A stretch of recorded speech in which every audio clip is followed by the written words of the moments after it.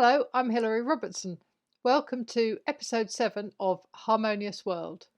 This week I'm joined by acclaimed cellist Inbal Segev. It was an absolute delight to interview Inbal about her latest album, which includes Dance by Clyne and Edward Elgar's cello concerto. Inbal joined me on a not always perfect internet connection from her home in New York. Hi, how are you? I'm good, thank you. How are you? I really like this way of conducting interviews because even though you're on the other side of the States, I can still see you as if you're next door. Yeah, I agree. I like it. I get visual cues. It's somehow easier than just speaking on the phone. Definitely. Well, it's really nice to meet you like this. Same. I love your playing anyway, your cello. This new album is simply stunning. Thank you very much. So can we start off by talking about what life was like for you pre-lockdown? So what the plans were, what you'd been doing? There was a very nice summer planned with a lot of touring and concerts, mostly chamber music, actually. I was supposed to play at Music at Menlo, which is in the West Coast, play concertos there with really wonderful players. And in Montana, there was a recital and other tours here in New York State. So what are you going to do? Such is life. Absolutely. So obviously no concerts since Right. lockdown. What have you been doing to keep yourself busy? So my husband and I, we have 3 teenage kids. So it was a bit of a really nice time to spend with them. They were, going through school on a virtual school as well. So weird time. At first I was going to conquer the world during Corona. I was reading all the Shostakovich quartets. And then I I studied the second Shostakovich cello concerto, and things that I didn't have time before. Now, it's harder to make myself practice, to be honest. Yeah. So I study language, I spend time with the kids, I cook and read. And I think you're right. I think for most of us, we were kind of like, oh, I'm going to conquer the world. I'm going to write a novel. I'm going to compose something. I'm going to paint. I'm going to learn to do. But actually, it's quite hard, isn't it, when you've got all of the external things. And also, I mean, I don't know about you, but I've found because everybody's in the house together, you don't get those moments of kind of peace when you're on your own, when you could just go, oh, I know, I'm just going to do something now. Yes, I really like that when the kids go to school, I get my own quiet time in the apartment. So we don't have that, but I do have quite a few hours quiet because they go to sleep so much later that they wake up later. And so I have the morning hours to myself and I try to use them wisely. Right.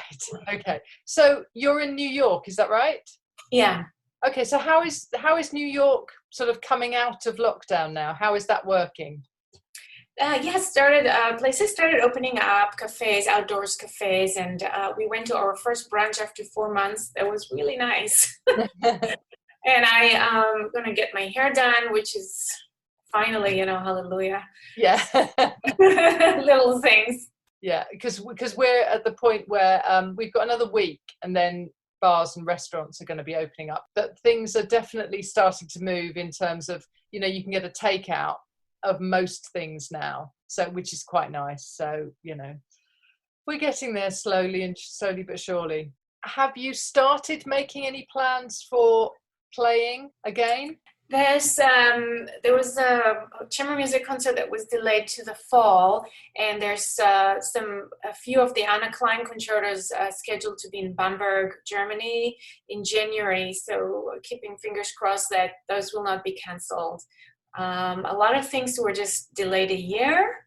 So we'll have a nice and very busy year in 2021. Good. Well, I'm hoping you're going to get to the UK. It would be really lovely to see you over here. Thank you. I would like that very much. Yes. Yeah. So can we talk about the new album then? Yeah. So obviously there's the Anna Clyne dance and the fantastic cello concerto, which is, and I hate to say I should have checked, but have you recorded the cello concerto before, the Elgar? The Elgar, no, this is my first recording, and I was just so fortunate to work with the LPO, the London Philharmonic, and with Marin Alsop, and it is really their language and their mother's tongue. They play it so beautifully, and it was a pleasure working with them. And I've played the Elgar all my life since I was a young teenage, but I've never recorded it professionally. I've recorded live concerts of it. Yeah, I mean, it's just a stunning piece of music. And what I really like about it is, I mean, I love Elgar anyway, and the cello concerto, I think, is one of those pieces of music that I've grown up with. It was probably one of the first classical pieces of music that I experienced. And it seems to me that the music, not uniquely, but it's definitely one of those pieces that gives the performer the opportunity to play it in your own way. It's almost, there's a freedom in the writing, it seems like. Yes, absolutely. I think you're absolutely right.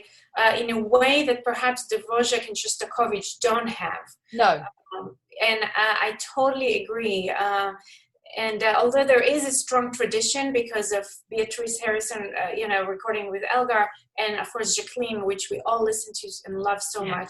So, but still, there is a lot of place there for your own, timing and stretching and slides. Yes, exactly. And the Jacqueline Dupre, wonderful as it is, I mean, it's definitive post the Elgar time itself, but nevertheless, I think that there's always something new that can be brought to it, which I love. Yeah. So I did enjoy listening to your performance of that. So thank you. Yeah, so talk to me about the Anna Clyne commission and how that came about. I met Anna through conductor Marin Alsop, and she really saw something there. I think she felt my character was somehow complementary to Anna's or vice versa. And we're both maybe soft-spoken a little bit. We're both expats. So Anna is British, but she lives in America. I'm Israeli, I live in America. And there's this shared sensibility, I think, there. And I was so happy that she made that connection. Marin made that connection between us. And then Anna and I, we met a few times, and she sent me materials as she was writing it, and she asked for my input, which was really great. Not all composers do that. No, no, that's right. And I've spoken to other musicians who have kind of, where it's almost like you might have a conversation to start it off, but then they come in and they go, right, here you are, and just present. Exactly. And I've had those, and there's nothing wrong with that. Everybody have their own way of composing. But I was really touched that although she is herself an amateur cellist, so she knows the instrument really well, but she wanted me to add to some of the virtuosic passages especially, and I think I did a good job, I hope. You did. It's beautiful. It's really lovely. And so tell me about how it was recorded, when it was recorded. So we recorded it back in September. It's like a lifetime away, it's a totally different time. And it was really nice at the Air Studios in London. Yeah. Lovely room. Beautiful. And, I've been to studios that are very cold and kind of office-like, and this was so not, it was very nice with open windows and light, and the orchestra was really lovely. It's a relatively young, or it's like a mix of younger people, and atmosphere was wonderful. I mean, those 3 days just passed so quickly for me. Sure. So have you been doing some interviews and things? Because obviously it came out in the middle of lockdown. Have you been able to do lots of interviews and things to publicize it? Because I think it's good to listen to the music, but there's something about making that connection with the person that's created it that really helps. Have you found that? So believe it or not, this is my 9th interview today. No, I enjoy it. This is great. I mean, we always, we need more people to hear about the recordings. So this is great. Because I think that making that connection with the person that's been involved in creating it it really helps somehow make that connection helps. I don't know why it should, but it does. It helps with when you're listening to it. Yeah, it's funny. I guess so. I mean, obviously, I never think that my life is very interesting. I think my art is what's interesting. But I think that, yes, there's obviously a lot of people look for that connection. And I feel it through my social media accounts that the behind the scenes is important too. Yes, absolutely. And I think, the fact that you're a woman with a life, outside, apart from your cello, that's really good. So I know we're running short of time, but I would like to hear a little bit more about your background, about how you moved from Israel to New York. How did that happen? So when I was 15, I played for Isaac Stern, the great violinist, and he really helped start the motion for me to come here. He said, "Who would you like to study with?" And I said, "Well, I would like to study with Aldo Pariza, who was teaching at Yale University at the time." And so he just picked up the phone, and my mom then made some calls. I don't know, I was oblivious, but sure enough, next year I was here in America. It was really an amazing sort of a Cinderella story, because I come from a very humble beginnings. We could never afford a tuition that Yale asked for, and they gave me full scholarship, and I was able to study with my teacher in his home for a year, and it was a really great opportunity. That's amazing. That's great. It's always good when it just takes the right person to hear you play, to go, okay, now let's do something with this. Well, yes, but you also need the right parents. I mean, it's not. Oh yeah. It's perhaps a little easier than it actually was, but it was certainly opened a door that was not open before. Yeah, that's brilliant. And so is your family musical? My mom is a pianist. And we say that she was a closet cellist, because she loved the cello, and so she made me play it. Well, I was going to ask you how you found the cello. I heard it on the radio when I was 4 or 5, and then shortly after I started playing. Yeah, because the sound is just beautiful, isn't it? Yeah. And that your particular instrument is gorgeous as well. It's got a history, hasn't it? I've got notes somewhere about it, but I can't remember what it was. So tell me about your cello. So it was made in 1673. So crazy. Crazy. Do you know how old that is? Before Bach was born, which is crazy. And it was made so around the time that Stradivarius worked, and at the same place in Cremona. And I'm really lucky I found it. I was looking all over the world for it. I came to England actually to look, and I finally found it in Chicago. It was owned by a cellist in the orchestra there. Yeah. That's amazing. Right, we're nearly running out of time, so I just I want to talk to you. Well, can we talk a little bit about, we're going backwards and forwards a bit, but about the fact that the Elgar and the Clyne were exactly 100 years apart? We realized, I think my husband actually realized that it was just after the fact, because I met Anna already in 2015 perhaps, or 2016. So it just so happened that the concerto was completed exactly 100 years to the day of Elgar completing his concerto. And it's very interesting. He wrote his right after World War I. She wrote hers right as the corona is just making all our lives miserable. Maybe not to the same degree, but still. Difficult times for both, I think. And I think to have them both on the same recording is really is interesting. That marking that moment in time. I agree. Well, thank you so much for your time. I really appreciate it. Thank you.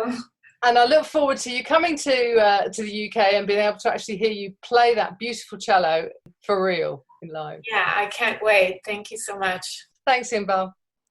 So that was the remarkable Inbal Segev talking about Elgar's cello concerto coupled with dance, which is actually composed by English composer Anna Clyne, who is Grammy nominated, and Marin Alsop is conducting the London Philharmonic Orchestra. If you can get hold of the album, please do. It's well worth a listen. Thank you for joining me once more for Harmonious World. Please do leave a review, and I look forward to speaking to you next time with my next interviewee.